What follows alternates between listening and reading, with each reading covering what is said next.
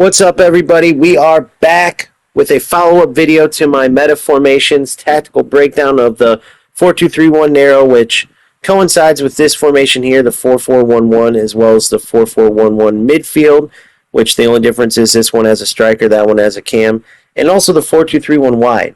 For all intents and purposes, they have the exact same settings as far as how I would use them. Now, as I said in the previous video, you need to tweak them to work for you and in your play style, right? But what I wanted to do with this video is go over an in-game commentary just so you have an idea of how this system works, how I utilize it, and point out some of the things offensively, defensively, and everything in between that can maybe improve your understanding and improve how you would utilize this in a game. I also got some feedback, and from now on, I want to make it easier for you to get all the information. So for both the tactics and duties, I'm going to do it like this, where I have it showing on the screen so you can literally go through and note everything down as I discuss without kind of moving around. And I'm going to do the same for the duties, which you're going to see coming up. You can pause this video at any of the positions you want to get the the duties for each player if you didn't get them from my previous video. And like I said, this is how I will do it every time. You simply pause it at whichever position you need to note down the settings that I have, and then you can go from there. So hopefully that helps. I am 100% brand new to this. I have the information, the knowledge, but I need to work on the editing part. I have it in the agenda to get a better mic, things like that. So trust me, I'm well aware that I'm no, editor of the year or video maker of the year, whatever you want to call it. However, I have the information and I can't help you, so let's get into this, right? You see early on a chance from Holland goes over the top, but one of the first things that I wanted to point out to you, and watch this in slow motion, you see this breakdown as he tries to do a long switch, which, as you'd be happy to see, it doesn't work. It goes straight out of bounds. But look at the setup here. This is a great aerial view. You have your four backs, then you have the two center mids, and just a little bit forward as we get further back, you have those two wingers, right? That's a perfect, if you pause it, way to know like how your formation is going to look when it's not, in a game, players get moved around and whatnot. You see it there again. But the most important thing to note, right, when you're in that scenario defensively, you're going to want to control your center mids first. Once you control them, you can pull them back to get into position to block passes or dribbles. And then, as needed, you can switch your defenders.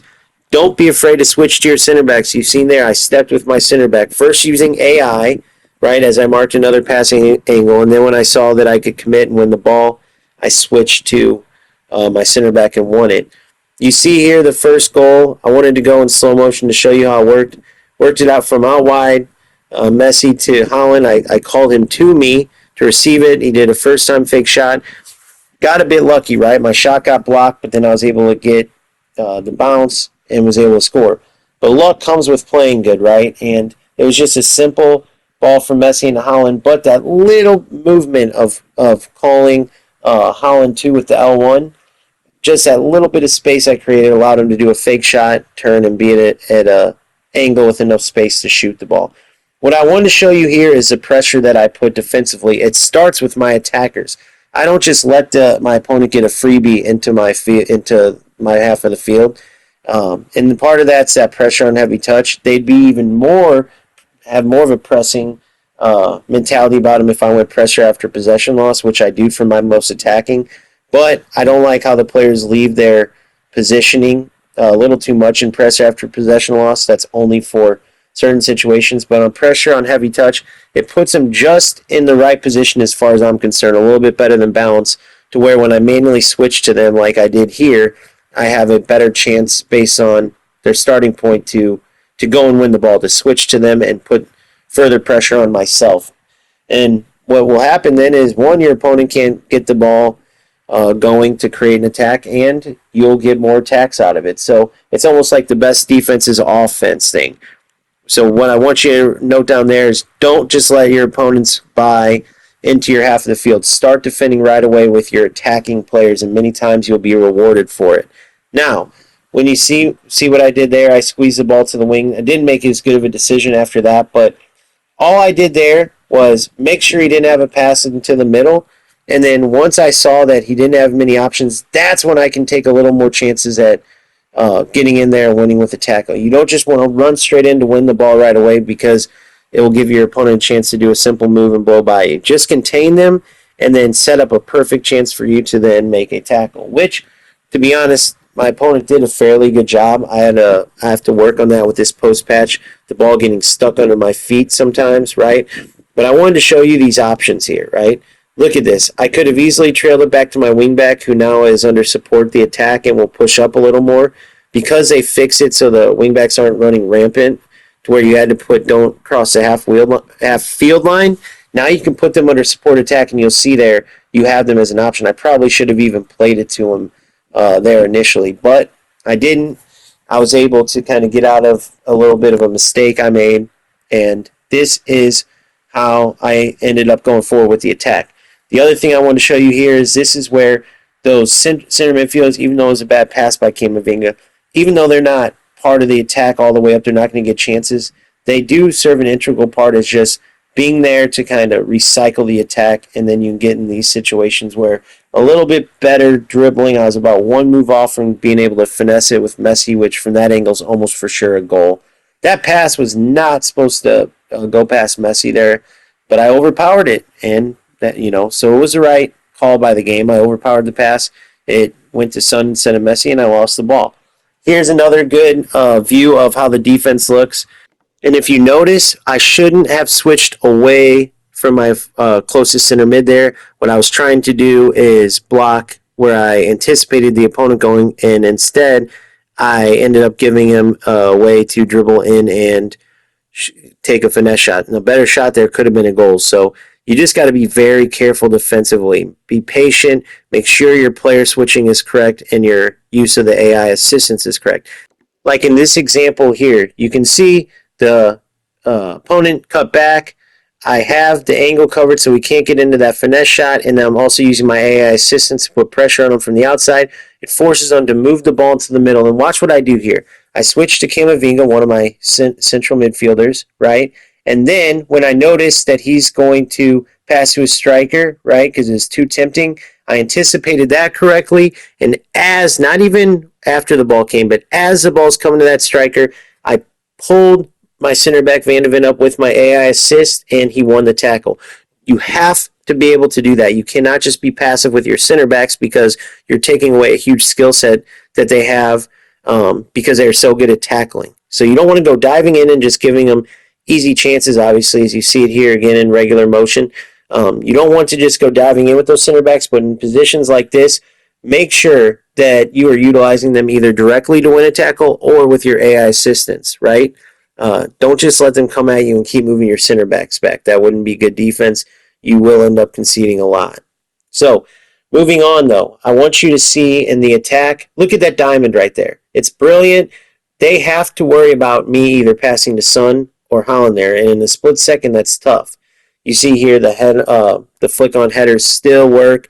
Let's hope they patch that in the future, but I will say it's easy to defend this opponent, just probably wasn't aware. If he watches this, I'll tell you, and for all you guys, just front the near post guy. If he's standing there right off the bat, just stand in front of him. It's that easy. If the player disguises it more, right, which a lot of opponents will, especially at the higher levels, just make sure you have someone good in the air, particularly a center back or like Holland, someone with Air King, and put them at the front post to kind of watch it and immediately go and front the player they're trying to serve the corner to head flick it on, right?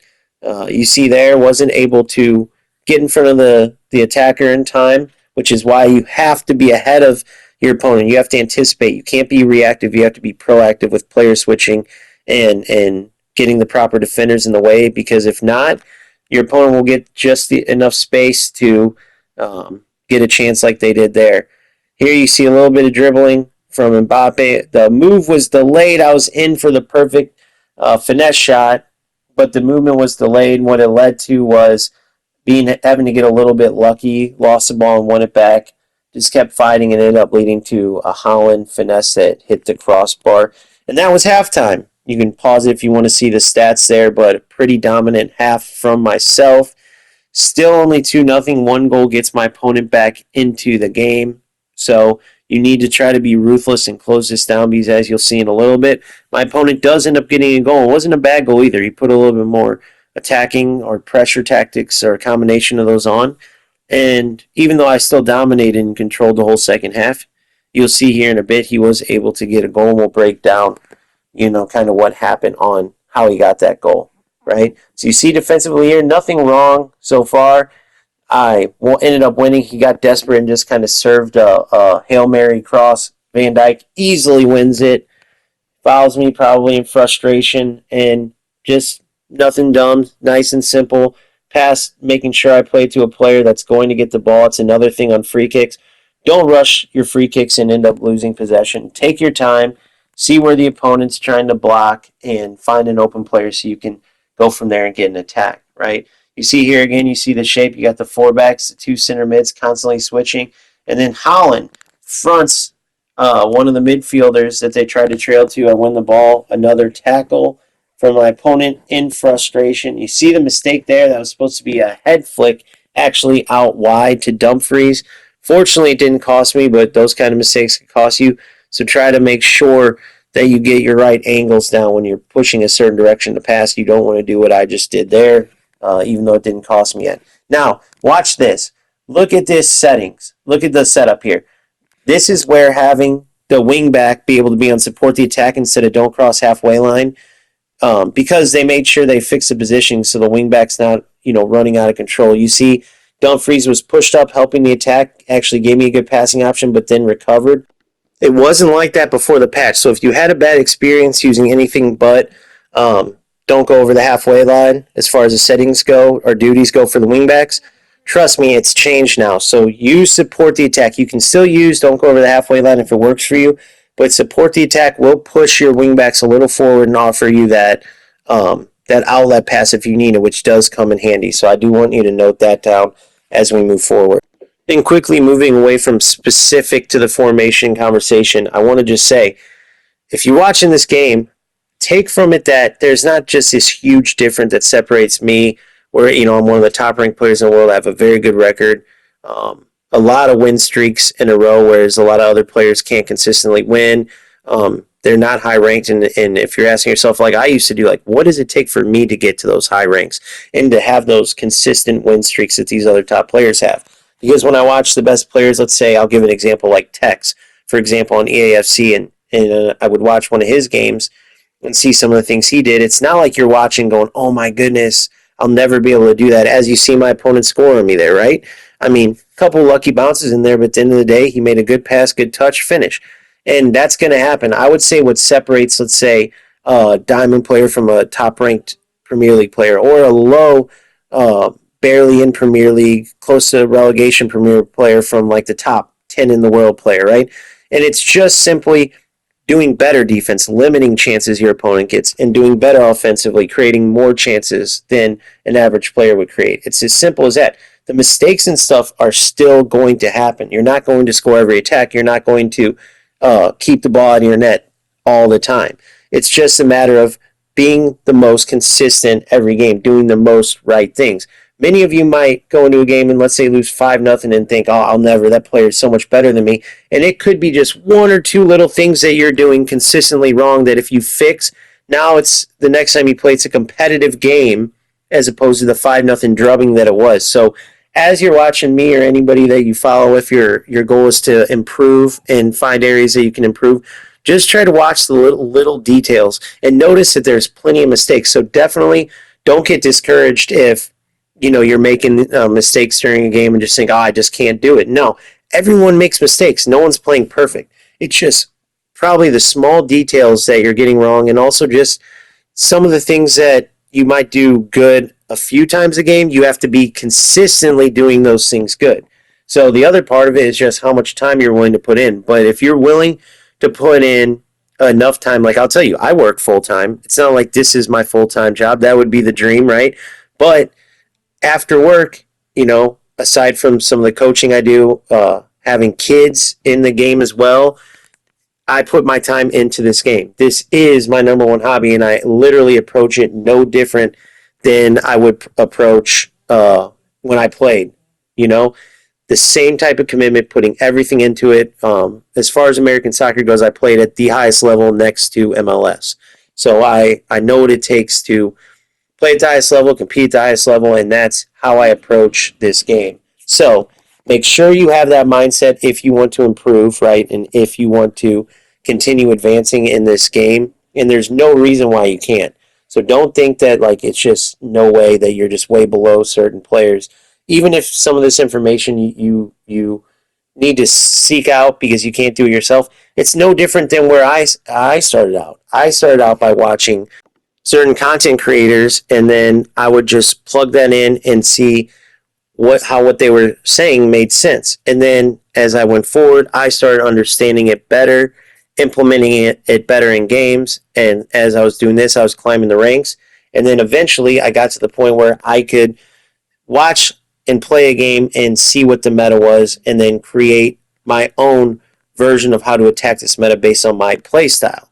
So that's what one of the other things I want to do is try to make you think in a way where you're understanding why these certain formations work the best and why these settings work the best, and also tie it to your play style. So you're not trying to, change or mold your play style after someone else. Mold the meta of the game, or these different formations into how you play, which is another reason why people should love UFL, is because in FC, no matter how well you know the game, a lot of times you don't get to implement a formation or tactics that fit your playstyle, because the game is so broken that you have to mold to the one or two formations that you can be successful with, or you have to mold to that certain OP mechanic over there. You can't. There's not as much freedom to show your skill and your ability to create formations and tactical setups, and then to go and find success with them in game. In UFL, there is, and then there's a skill gap to get better on each side of the ball as well. So I just wanted to go over this gameplay, tie it to why I'm using the formation I'm using, and hopefully it helps you further your success and helps you further your journey in the right direction as far as those people who aspire to climb the ranks and get better at the game. It's as simple as that. All you have to do is keep grinding, keep having fun, and until next time, we'll see you later.